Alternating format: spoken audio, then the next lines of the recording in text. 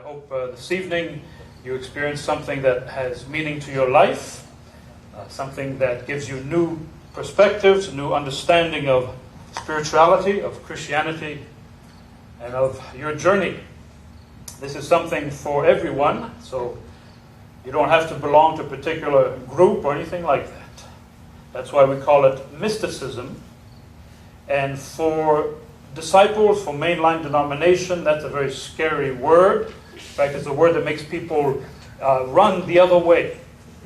So the first thing we have to do is explain that word to the mind. But I'm hoping that you'll be here with more than your mind. That's in fact what the idea behind mysticism is all about. That it's mind, emotion, spirit, body. Which is why if you're smelling something strange, you're supposed to be. Nothing's on fire. We just have some Nag Champa incense from India coming your way as an example of the fact that all the senses are involved in this spiritual evolution, the spiritual awakening. We have the lights down. We're not inviting just the intellect, we're inviting the senses so that you can feel, taste, see, and hopefully break out of the boxes that we like to live in and that we place our religion in, when in fact it's meant to be holistic, having impact on our whole existence. So as we go back to the ancient ways, to the source, my friends in Europe, Orthodox, that you'll meet here in a minute, like to say going back to the source, to those original impulses and insights and ways that have been diluted down through the centuries, that have been corrupted down through the centuries, that have fragmented and lost their real meaning. So tonight we're going to take a look at those first couple hundred years of this way of seeing the world that has been labeled Christianity. You know, the word Christian was not from the Christians. It's what the outsiders gave them as a name. Followers of the Christ. Christers, if you will. They were, in their words, followers of the way. That's simple. This new way open to humanity. So, let's start with this word mysticism, and as I promised, we're going to satisfy the intellect to begin with, so that it doesn't shut down on us right away. You'll see that word mysticism out of the dictionary. Immediate consciousness of the transcendent or ultimate reality of God. Another one, the experience of such communion as described by mystics. That is to say, encounter, unity, oneness. A belief in the existence of realities beyond perceptual or intellectual apprehension that are central to being indirectly accessible by subjective experience. You know, often we like to differentiate between subjective, objective, and subjective is bad. But when you get into the higher spheres of wisdom, worldwide wisdom, subjective becomes good. Because out of our own personal encounter with what is, we discover something objective. Very Zen-like. Very paradoxical. Those of you who go upstairs and have to listen to me on Sunday morning know that paradoxical is critical to spirituality. There's no way around it. We have to contain several different concepts that seem to contradict each other at the same time. Let's try another one. This is from Evelyn Underhill, the great scholar of 20th century Christian mysticism. And she says, it's an enhanced life. How about that? Enhanced life, more awareness, more joy, the remaking of character. The remaking of character. And the liberation of a new form of consciousness. A new form of consciousness. I've used the example of seeing from a high building as opposed to from the ground floor. Just a wider perspective. The old story of Einstein seeing a hair in his soup and not getting upset because he knows the galaxies are moving right now. He has a bigger view of the world. The second Let me give you a bigger version of it, the second paragraph. Mysticism, according to historical and psychological definitions, is the direct intuition or experience of God. Hopefully that's what everybody, all of us, anybody on the spiritual path is about. Direct experience of spirit. A mystic is a person who has to a greater or lesser degree such a direct experience, one whose religion and life are centered not merely on accepted belief or practice, but on that which he regards as first-hand personal knowledge, first-hand personal experience of things spiritual, of that awesome mystery of the sacred, of the holy dimension of life, nothing less. You see, part of that dilution that I talked about has often reduced Christianity to sort of a cultural thing, like apple pie, totally part of the culture. And some folks may lament that Christianity is now to the side of the culture. But when it was all mixed in with everything else, it had lost its power. It had lost its depth, because this is not for everyone come along and just sort of add it to your other things. This is a depth of journeying into experience and reality and destiny that is not undertaken by everybody. Some folks just would rather enjoy the senses, and that's it. Some of us are pulled, yearning, like by a magnetic power. We can't explain it, for something more than ordinary life. And Christianity at heart, as you will see, is profoundly mystical. How could it not be? We talk about spirit incarnated in matter. In our matter, temples of Holy Spirit. Doesn't get any more mystical than that. Believe it or not, this is not a plug for a book. The book that you find here is available over there, and I get nothing from it, so don't connect it to any merchandising. This is one of the great joys of my life. In one of the translations, or even in the introduction, I say this book changed my life. Because back in 1989, through some other books, I connected with these people, whom you'll meet in a second, who were going back to the source, trying to explain it, share it with modern day people. And that's when I discovered that for 1,000 years, we Western world people have been completely cut off from the first 1,000 years of Christianity, from our own origins. All of us in some way are descending from the Catholic Church and the Reformation, and most of us know nothing about this. So this book here, which is sort of the masterpiece of these folks, these great Christians in Eastern France, is an opportunity to re-encounter these ideas outside of the cultures that locked them into a box. If you go to an Orthodox church today, you're likely to see Greek culture, Syrian culture, Lebanese culture, and feel very alien to that form of worship. And they have simply grabbed onto the treasure and added their ways to it. But it belongs to all of humanity, beyond the form. It came out of here. It didn't come out of basilicas and cathedrals, churches, all of that came out of here. Whether it's an outer desert, an inner desert, the soul alone with itself, with reality. When we stop the noise upstairs long enough, when we need to find out, when we're lost, when we know we're lost, the wilderness.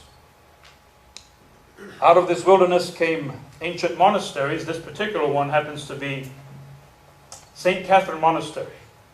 And this is very interesting and meaningful to us because it's there that resides the icon on this book.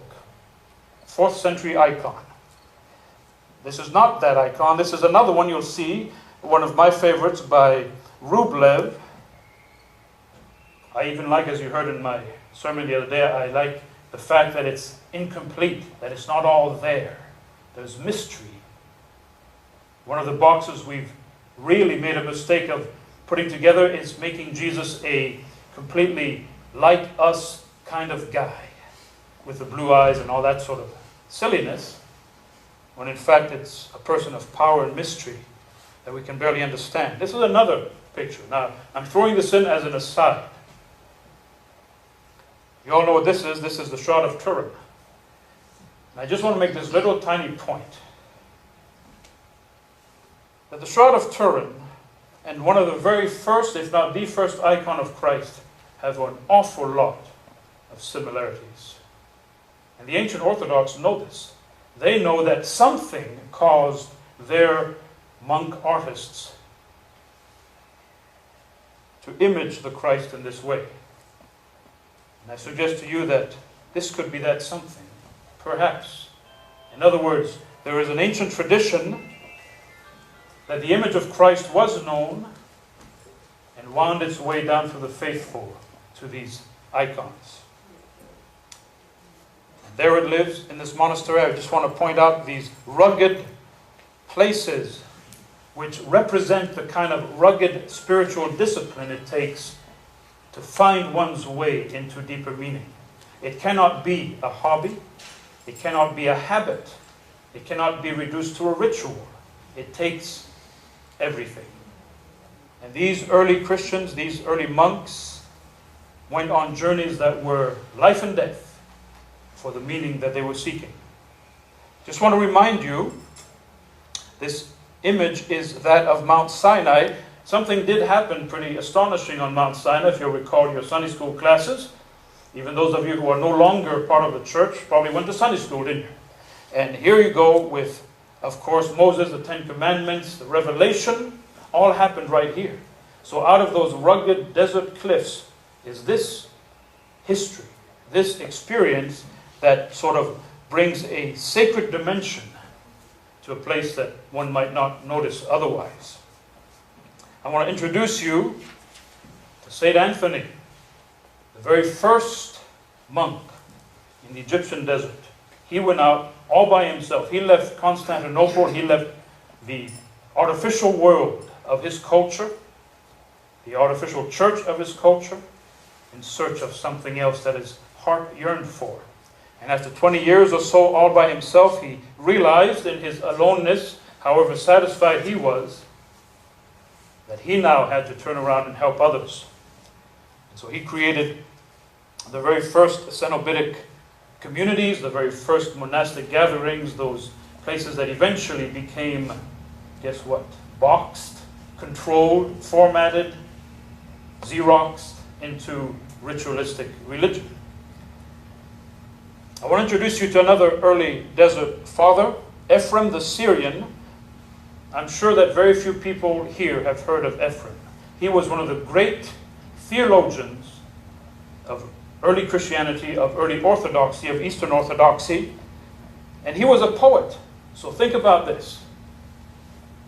Their theologian in the early church was a poet. He wrote poetry and hymns. The theologians of the Western world, like Thomas Aquinas, wrote books this big. See the difference? These folks worked at a different level than our later scholars. And by the way, if you don't happen to know this, Thomas Aquinas himself at the end of his life said, it's all straw. All of that mighty, monumental intellectual work was all straw. In his new understanding at the end of his life. Just to give you a little tiny taste of these folks, words from Ephraim, from one of his hymns. Lord, shed upon our darkened souls the brilliant light of your wisdom, so that we may be enlightened and serve you with renewed purity. Sunrise marks the hour for men to begin their toil, but in our souls, Lord, prepare a dwelling for the day that will never end. That's mystical. Experience, transformation. Another great early teacher is Isaac of Nineveh, Isaac the Syrian. Again, someone you probably have never heard of, who's left behind magnificent works. He was one of the great teachers, one of those holy men of the desert who instructed men and women down through the centuries, really. To this day, Isaac the Syrian. Let's hear what he had to say. Will you turn up my mic a little bit, please? Where do you want? Turn it up. Be at peace with your own soul, then heaven and earth will be at peace with you. How about that? For you mystics out there, if you're at peace in your own soul, with your own soul, heaven and earth are at peace with you. Enter eagerly into the treasure house that is within you, and so you will see the things that are in heaven, for there is one single door to them both. The treasure house within you, the treasure house of heaven. This is 300 and some AD. Meet Macarius the Elder, another great early father, as they call him, a desert father. Another one who left his world, his wealth, his great education, and became a desert dweller and became a teacher, a monk, an enlightened being, a holy man. This is what he says: the soul that really loves God and Christ, though it may do 10,000 righteousnesses, esteems itself as having wrought nothing, by reason of its insatiable aspiration after God. Insatiable aspiration after God. Though it should exhaust the body with fastings and watchings, its attitude towards the virtues is as if it had not yet even begun to labor for them. How about that? Down through the centuries, we've always seen that the saints considered themselves the greatest sinners. There was no pride there, no ego there. There was only that insatiable aspiration. And think of what life would be like, say, in a community like this, if 2 or 3 or 4 or a dozen people had such aspirations, what nuclear power we could gather in such self-sacrificial giving for something greater than ourselves. But we in the West, we like those 10,000 righteousnesses. I've never quite seen that word put that way. I don't know about you. I'm going to go do a righteousnesses. What can I do? And the real question is, who can I be? John Climacus, another marvelous scholar of the Spirit. A servant of the Lord is he who in body stands before men and women, but in mind knocks at heaven with prayer. Now think about what that means in a modern day sense. Stands before the world, before others, but inside is in prayer. You know what that is? That's what we call in the deep things of the faith divided attention. A consciousness of the world, a consciousness of God at the same time. The remembrance of God in the moment while other things are going on. If you're looking for the answer to the chaos within or the chaos around you, it's down this way. Where in the midst of all the noise and madness, you can be centered in a spiritual communion, connection with the holy. And this is what all the teachers have taught, and it comes from here.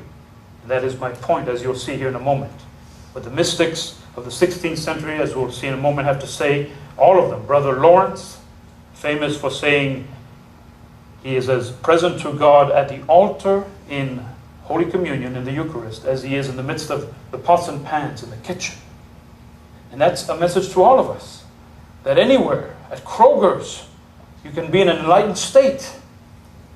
And maybe you'll be present enough to God that your goodness will shine forth and bless somebody right then and there while everybody's in a hurry.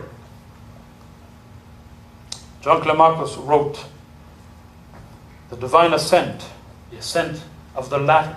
And he has 28 stages of this ladder.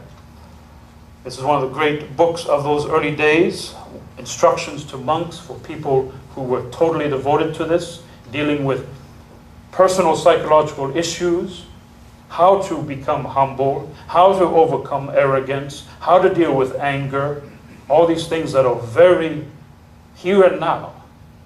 A psychotherapy these desert dwellers came up with. A systemic psychotherapy for the soul, which is alive and well to this day. This ladder to a higher state, to a higher way of being, to encounter with God, with our true self. Then let me introduce you to John Cassian.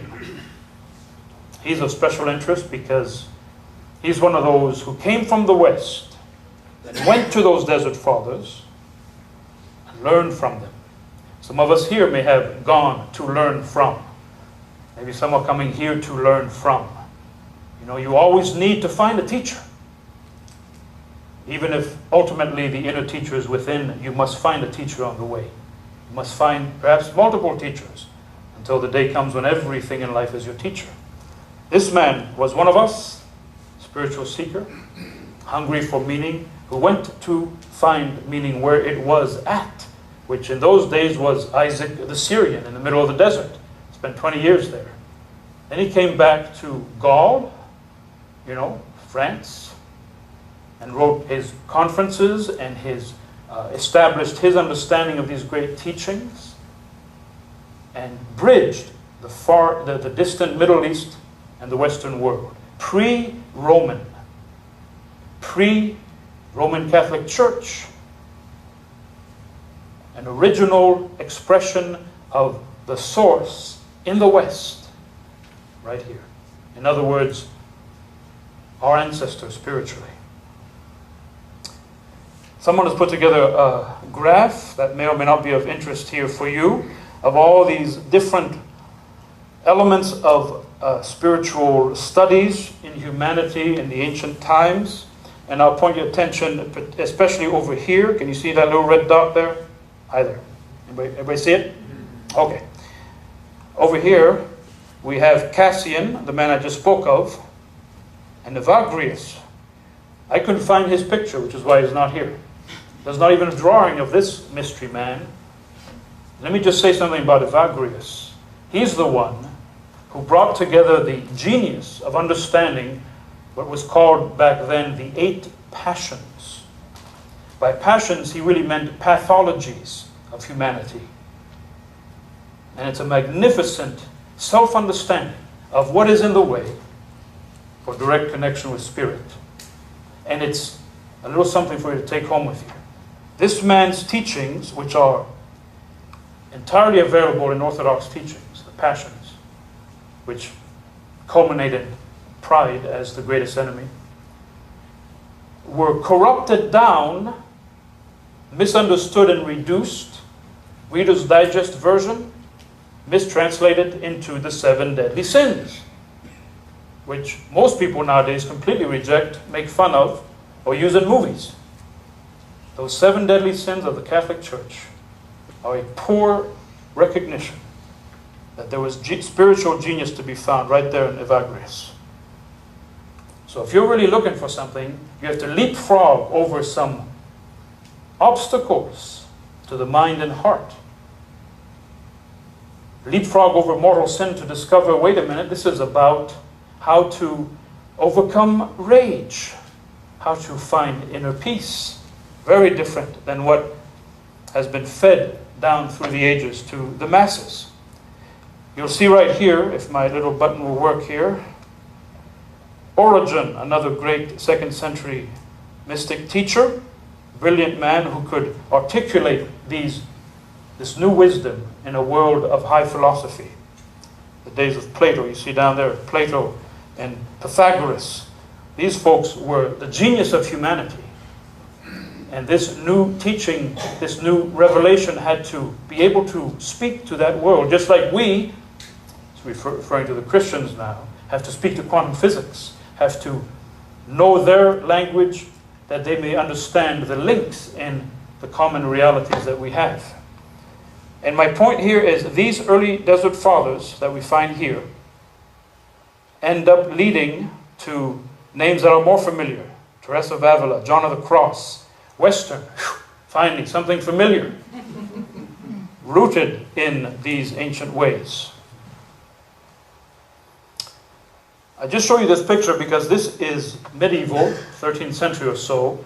And as you can see, some of you have seen this before, this fellow here has broken through a dimension into another dimension. Now, why are we talking multiple dimensions in the Middle Ages? When finding a piece of bread was a big deal, already human beings had found that there was something more, you see, than just survival and so forth. So I just want to point out to you that Back then already there was this awareness of higher consciousness, of another way of being, of not just buying into, the knights and the lords and the serfs and the killing as reality. Julian of Norwich, just one, I use her as an example of the many marvelous mystics of the 14th century, 12th century. You heard another one here before we began. Theodore of Bingen, who revolutionized spiritual music from the familiar monks' chants, the Gregorian chants, to this sound that is totally different and stirs the soul to this day. All of these people are influenced, even unconsciously, by these ancient teachings. And here, the great one, of whom we can't find any kind of picture. I first found this one down here, and I figured that wasn't going to work. That might just give you nightmares or something. There he is right there. This, of course, is Meister Eckhart. Master Eckhart. They called him Master. And he is still to this day at the heights of great mysticism. Listen to this. You ought to sink down out of all your yourness and flow into hisness, and yours and his ought to become one mind. So completely that you with him perceive forever his uncreated isness and his nothingness for which there is no name. 14th century. Now what happened to him is that they went after him for excommunication. Because in those days, and probably to this day, that did not sound kosher to the Catholic Church. That was too incomprehensible. And so they put him on trial, this great master of Christianity, to try to figure out how they could turn him into a heretic. And one of his students said to the priests and the Pope and all that, you understand him from the point of view of time, and he spoke to you from the point of view of eternity. How about that for dimensions? And those of you who come from Eastern teachings will recognize here something very familiar. Am I right? Very Buddhist, very Zen, and yet it's at the heart of Christianity. And this man was influenced by, see if you can write this down real quick, Dionysius the Areopagite. Say that 3 times real fast. Dionysius the Areopagite, actually it's pseudo-Dionysius the Areopagite, who was one of the Desert Fathers who wrote these mind-blowing things on the celestial hierarchies and other things, and Meister Eckhart found them and translated into the West the thoughts of the ancient East. And then this fellow right here that many of us love very much, John of the Cross, 16th century poet. And just for the record, let's take a peek at some of that poetry. One dark night fired with love's urgent longings, the sheer grace. I went out unseen, my house being now all stilled. You yoga folks, you meditation folks, my house now all stilled. You know he's not talking about having done some house cleaning. He goes out on that dark spiritual night, fired by that insatiable need for God that we heard about earlier. And then in the 8th verse, he says, I abandoned and forgot myself, laying my face on my beloved, all things ceased. I went out from myself, leaving my cares forgotten among the lilies. This poet, master poet, is trying to put into words a quality of consciousness, third heaven, as Paul called it. Different cultures have different names for it. What it is a self-transcendent experience that maybe you've had in a split moment that has disappeared, and yet you knew then that you were touching something extraordinary. And one of the great teachings of this much abused religion is to help us human beings find ways to live that more often, to do the groundwork for that kind of higher consciousness of encounter with God or breakthrough of being, becoming transparent to the divine, some call it. Purity of heart, others call it. That heals all our pain, all our psychic pain. takes away our loneliness, takes away our rage, takes away our hurt, and heals us. This is what salvation is. It is healing of the soul. And there it is. And yet this fellow here was hated by his fellow monks. They kidnapped him, they tortured him, and after he was dead, they cut him into pieces. Fellow Christian monks. Why? Because human beings are so much alike. Whatever form they take, this could be a Buddhist camp, whatever. It could be that Orthodox thing with the big crosses. This morning I thought of telling you in the sermon a CNN news report of Egyptian monks and Ethiopian monks who have the privilege of guarding the Holy Sepulchre, where it is said that Christ was buried and resurrected. And each has a corner. And one day in July, an Egyptian tourist moved his chair out of the sun into the shadows and crossed an invisible line. And it generated a riot between the Egyptian monks and the Ethiopian monks. They threw rocks and iron rods at each other. 7 wounded Ethiopian monks, 4 wounded Egyptian monks. These guys who fast, who pray at 3 in the morning, who wear these big crosses. Boy, did they miss something, don't you think? They missed all this. The heart of the matter. I show you a classic Orthodox sanctuary. Don't worry, folks of Northwood, I'm not going for that. Look, just in small increments. They want to create a beautiful place, a holy place. And if you go into St. George's Antiochian Syrian church out there right down the street, those of you who have, you've told me this. You're not in Indianapolis anymore. You walk into another world, don't you? With incense, frankincense, with candles, with stillness, with reverence, with the sacred. And friends, we Protestants have bungled this so badly that it's time to go back to the source. It's time to realize that we have to feed the senses, feed the eyes, feed the nose, feed the ears with that which lifts us into a different place. The Puritans went way too far, just like we all do, don't we? We all get lunatic about something. And so from Luther on, they stripped all the statues, they tore out all the beautiful stuff, sort of like the French Revolution. Those of you who don't know me, who are wondering what kind of southern accent am I talking with, not a Hoosier, grew up in France. And I grew up thinking the French Revolution was a wonderful thing. You know, fraternity, equality, all that good stuff. And then I find out about the reign of terror when 900 people a week were having their heads chopped off. Rivers of blood. They even chopped off the heads of their puppies. Aristocrats, you see. We all go too far. That balance thing, that middle road is profound, mature wisdom that most of us miss out on. So one could say, well, that might be too far too. However, what it is a recognition that we must have places in our lives where the holy is center stage, where all the rest of it, all the mundane is aside, and we are an environment that truly feeds the spirit.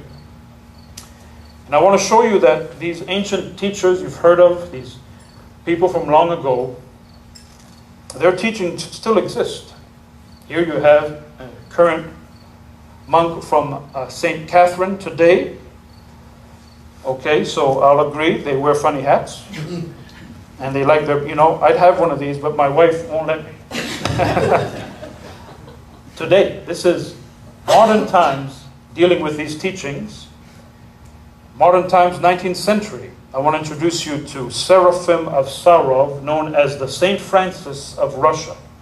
There was a Russia before the Bolshevik Revolution, before the arms race, before the Cold War, before the James Bond movies. There was a place called Holy Russia, which since 800 had become a deeply spiritual place. And I've discovered in my life that the Slavic people, maybe we've got a few descendants here today, seem to carry in their genes something of the mystical and the intuitive. I'll just mention Dr. Charles Asherman as one example of the kind of rich and holistic spirituality that comes out of those regions. Very different from what we know from the Catholic Church and the Protestant Church. Seraphim of Sarov, another saintly human being who never thought of himself as saintly, but had transcendent qualities that would rival the greatest Hindu mystic, the greatest teachers of all time. He is the one I told you about who, in a discussion with a fellow named Molotov, who wrote this down, as they spoke of Holy Spirit, and he tried to share with him something of this high state, suddenly had light shining through him that lit up the entire surroundings around them and virtually blinded this gentleman. Just a moment of extraordinary light of Tabor, they call it. Mount Tabor, where Christ was transfigured. Mystery beyond what the mind understands.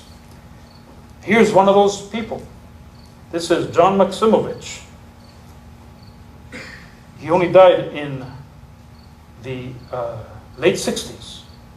He was Archbishop of Shanghai, Archbishop of Europe, Archbishop of San Francisco. Little guy, strange looking. He's the fellow I told you about,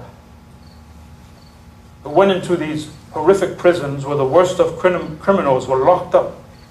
And these people of ultimate darkness would fall to their knees and weep like little children just on seeing him, because they could sense at a level they didn't know they had the goodness coming out of this man.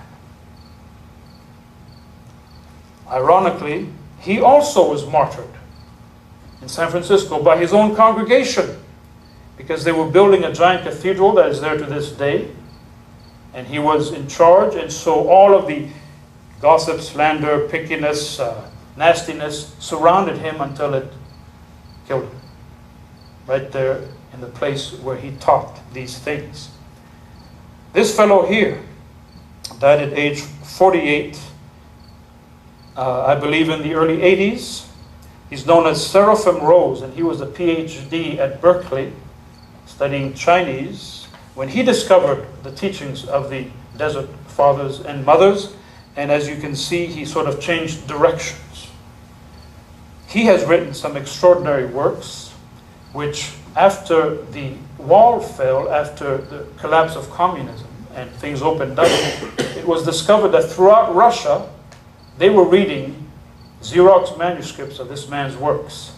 So it had come full circle, you see, from out of Northern California, near Redding and that area, this man and his group called the Brotherhood of St. Herman of Alaska, who to this day publish books of these teachings, had been able to reach Russia that had lost its connection with its own spiritual legacy. One could argue that he too went perhaps too far. You don't have to have that beard. You don't have to live in utter poverty. And I'll share with you that some Desert Fathers did not bathe, and he turned it into a teaching. So he didn't bathe. I don't recommend it.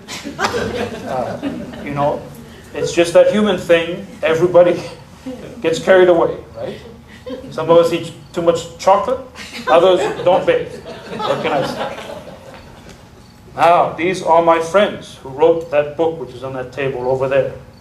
And my point, that all of this is real close to home. This is Alphonse and Rachel Gottman. He is an Orthodox priest. She is one of the most radiant human beings I've ever met in my life. My wife and I went to see them in 1989, and we've remained very dear friends ever since. We've translated 5 of their books. They have, in their humble ways, become master teachers of this transformative way of being throughout Europe. For 20 years, they've been holding retreats and getting people from all over the place. They don't speak English yet. The rest of the world coming to them to learn things like the prayer of Jesus, like these other methodologies that are unfamiliar to people. Turning to the source, Alphonse tells me. Finding that extraordinary illumination. And just to further make my point, I thought I would share this letter with you. Look at this. 28 July, July 2008, just the other day. Cher Ted, that's me. And I want to point out one line. May the Lord accord to all your readers, that's you, the grace of interior silence and the discovery of the treasure of the ancient tradition. A blessing from these people to you right now. That's how close we are to that ancient tradition, to that timeless wisdom, to that legacy for all human beings. Right there, a word for you. These folks live, just in case you're going there, right outside of Metz in eastern France. Rebecca and I took a 6 a.m. train from Paris to Metz, right there, and had an afternoon we'll never forget. Again, this is here and now. This is Bethany, their home. I receive a quarterly journal from them, have for the last 20 years, where extraordinary things are happening, where people are truly becoming people of light, finding the kind of inner healing that makes them what God wants us to be. And this is the result of their work, of their retreats, of their studies, right here. So this is now a section I will take you through little pieces of the book, simply to give you a taste, not for the purpose of buying the book, but for the purpose of having some experience of what this is about. We'll start out with simple in the extreme, which is always good, right? Simple in the extreme, available to the poorest individual, that is everybody, as well as to the greatest contemplatives. This prayer, the Jesus prayer, leads to the penetration of deepest mysteries. And you'll see, it tells us, makes us pilgrims on a journey towards our promised land, which is our own heart. No matter what we're doing, see, in fields or factories, cleaning a house, supermarket, etc., this teaching helps us to be present to God wherever we are, whoever we are. And this is classic teaching from the desert mothers and fathers, constant interior prayer, which is a state of consciousness, conscious awareness of God. Not words, consciousness. Maintained in this consciousness never ceases to deepen and transmute itself. It's a living thing. This awareness of a bottomless present leads to the disappearance of thoughts. If you're ever wondering, how do I stop the radio in my head? How do I stop the imagination in my head? Here's an answer. Disappearance of thoughts, especially our multiple desires, the great symbol of the ego, and like oil, the holy name fills us with its presence.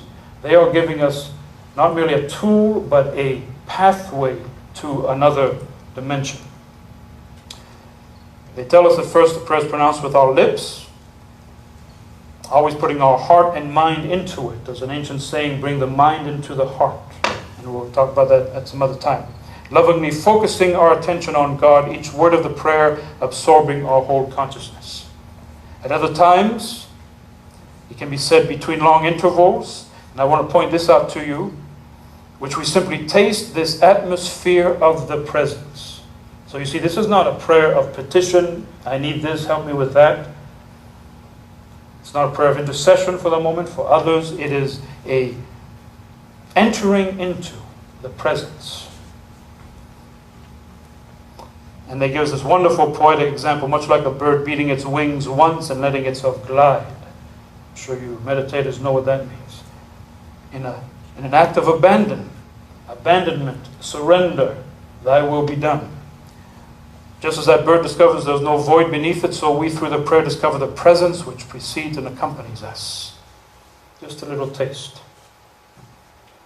At the beginning of the spiritual life, there is first a separation which strips us from all that is useless. It is necessary to turn off the TV. It is necessary to shut down the overwhelming noise of life on our senses that keeps us hypnotized or in a state of agitation. Like we all have ADHD, as I've said before. We have to find a place. Check out the chapel garden. This separation is a physical necessity. We enter solitude, which alters everything. Once this physical space is open, it becomes an interior reality. It creates a state of the soul. You see, if we don't even know what it feels like, what it tastes like to be in an interior peace, we don't know what we're going after. We don't know what we're aiming for. We reject it often because we don't understand it. But we have to get there just to begin the spiritual journey. Before beginning this prayer, this process that you'll see in a moment, the Father has considered one other important thing: warming the heart. How about that? Warming the heart. The dissipated intellect does not enter into itself, does not unify itself to the heart unless attention is drawn into through warming the heart. And they suggest that if you cannot warm the heart, that is to say, listening to beautiful music, looking at a beautiful painting, smelling the cut grass in the air, whatever it takes for you, will need the help of a way which has proven itself in our past, where we are touched and seized and shaken us, whatever it is. You see, this is where spiritual discipline begins. We waste our attention, the power of our attention, the moments of our life. We don't realize what we could be gaining from just being alive right now. By discernment, by knowing what will feed the soul right now. We could all be watching an Arnold Schwarzenegger movie, which generally won't feed the soul. It'll tear up the nervous system, it'll stir up bloodlust, make us want to hit somebody, but it won't feed the spirit.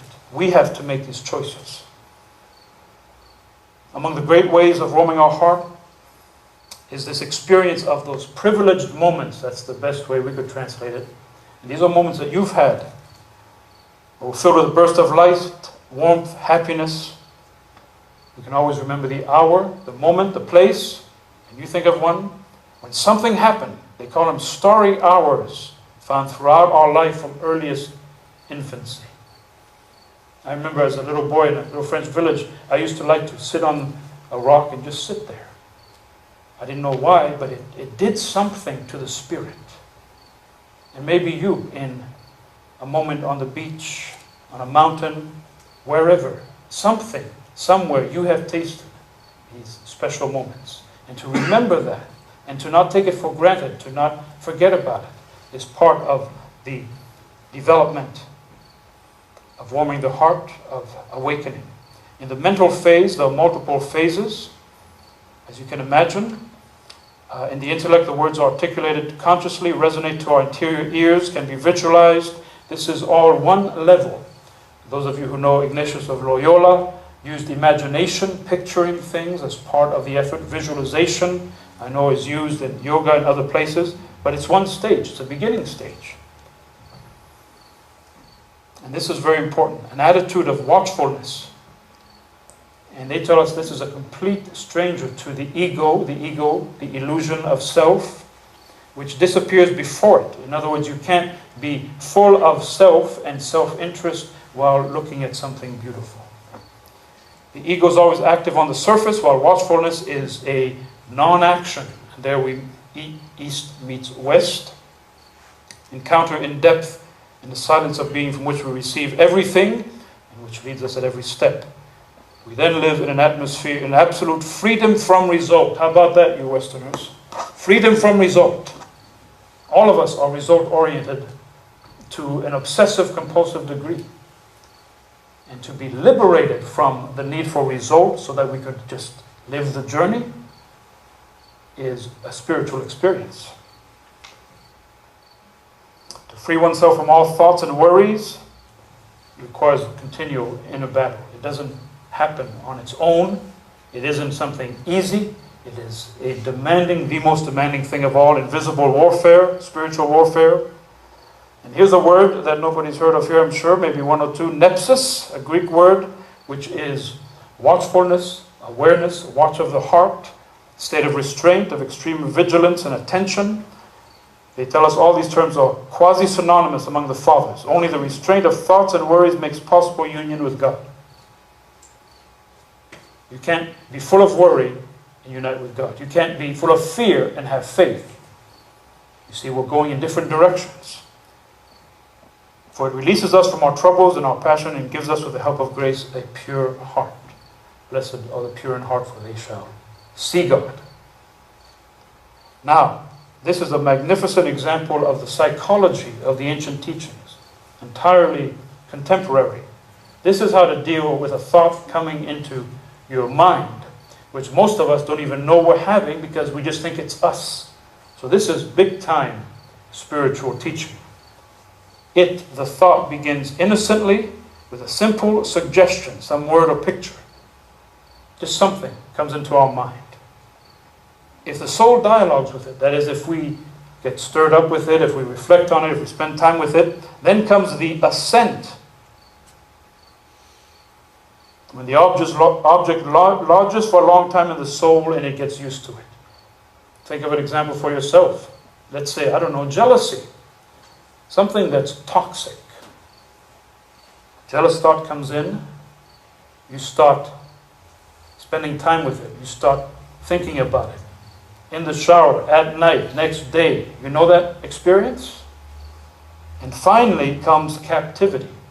So from one simple suggestion, one simple thought in the mind, it goes into the heart, and we become captives of it. Heart is dragged along involuntarily. St. Basil says that we must watch over ourselves and always have our attention in an awakened state. And our mistake is we assume that everything that comes through our mind or our emotions is ourselves. Whatever is happening is center stage. We have no consciousness of good and evil in what happens in our minds and in our hearts. So anything goes, you see, and we're driven around every which way. Powerful teaching. Here's something for those of you who are seeking the holistic way. A relaxed body is critical to interior attention. Letting go of our body, surrendering ourselves. The most important thing is not to look too much at oneself or one's problems, but to believe in this love and this consciousness. This is the mechanical phase of the prayer. They're going to come in to some more of this relaxation as a necessary thing. This is one paragraph that is very precious to me. Let's share it together, see what it does for you. In the beginning, we perceive it as a small vibration of silence in the background of our being. We discover eventually that it is always there, as a depth behind our consciousness, and that we can rest in it at will, even in the midst of the daily whirlwind. But progressively it becomes more and more clear, like an immense silent ocean which vibrates in our depths, a real presence with which the Jesus prayer links up, dialogues with, pulls living waters as from a well. Immense silent ocean in the depths of your being. Something within that breaks through any barriers that we think are the containment of our identity, linking us with spirit. I'm not going to go over all this. I just want to point out a few things very quickly. Continual Metamorphosis. It's a French book, so there's lots of fancy words. Breathing is a path of transparence to mystery. So the ancient teachers figured out that simple breathing, as so many Eastern teachers know, is a pathway to a deeper connection to spirit, a disconnection of the ego and all its tensions. We may experience at the end of exhalation, as we breathe out intentionally, a mysterious moment of deep silence, just in simple breathing. This brief instant expands as we surrender ourselves to it. It progressively reveals itself as a presence, as someone. This perhaps is the difference between Christian revelation and Buddhism and other things. It's one thing to have a sense of the great higher mind, of vaster transcendence. It's another thing when that greatness, that higher something, becomes someone, a personal connection to personal beings. Each inhalation receives the divine breath as you're in your consciousness of the reality of God. As you breathe in, you're breathing in the life force that God has given you, arising toward the light which enlightens our consciousness through this mystery. Each expiration is a descent towards the depths. We release it all to receive this unknown being who nevertheless resembles us in that we are intertwined. As we come to rest, and I've got the word Hezekiah there, this is one of the great words of that tradition, Hezekiah meaning inner tranquility, inner silence. Exhalation slows and becomes deeper. So here is the mechanical methodology for those who would use this particular prayer. Lord Jesus Christ, breathing in, Son of God, during the silence at the end of the inhalation, have mercy on me, a sinner, breathing out. Lord Jesus Christ, Son of God, have mercy on me, a sinner. Now, before anyone gets too concerned about dogma, let me make this point. What we have here is consciousness of self as sinner, as one who has gone off track. Amartano, sin, means missing the mark. And consciousness of holiness, consciousness of self, consciousness of God. It's that dual awareness that begins to create transformation. If it proves too difficult for those of us who are too uptight, you can say, Lord Jesus Christ, breathing in, Son of God, breathing out. Have pity, breathing in on me, a sinner, breathing out. As they say, some very tense people can't even breathe in one word. And you know we got lots of uptight people among us. So sometimes all you can say is one word. And whatever that word is, that which invokes the holy for you.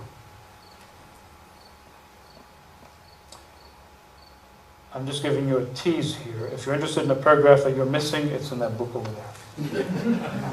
Every true prayer said in humility, leading to the death of self and surrender into the hands of God, ends in inflaming the heart. How about that? Death of ego, not of actual self, leads to inflaming the heart, that warming of the heart. And I'll bet that everybody here knows something of that. That moment when you did something, where you pushed the envelope in being good to another, in really transcending what you wanted, and knowing you did something beautiful for God, that inflames the heart. That changes us as human beings. That which begins only as an exercise quickly leads towards coming into presence. So it goes from words to experience. You see, many of us still think of prayer as just words. Ceaseless prayer. Can you imagine Paul saying pray always and having us mumbling all the time? It's a state of awareness that they are discussing. Now this is a little different, but I'll just share it with you for the sake of contemporary thinking. A sensation received in a pure state operates an immediate disconnection of the nervous system, places the soul and body in silence. Human beings cannot feel and think at the same time, and this is a great secret. In other words, to open yourself to something deeper, you have to intentionally focus on that sensation in a way that sort of dislodges you from your normal way of life. So we're concluding now. If the gospel is good news, such a cry of joy from beginning to end, it's because in revealing human beings to themselves, it offers us at the same time the possibility of experiencing God within ourselves here and now.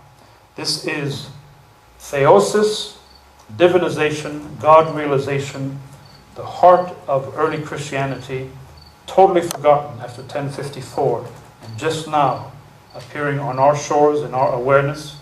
Only in the last 40, 50 years have these kinds of books appeared in English.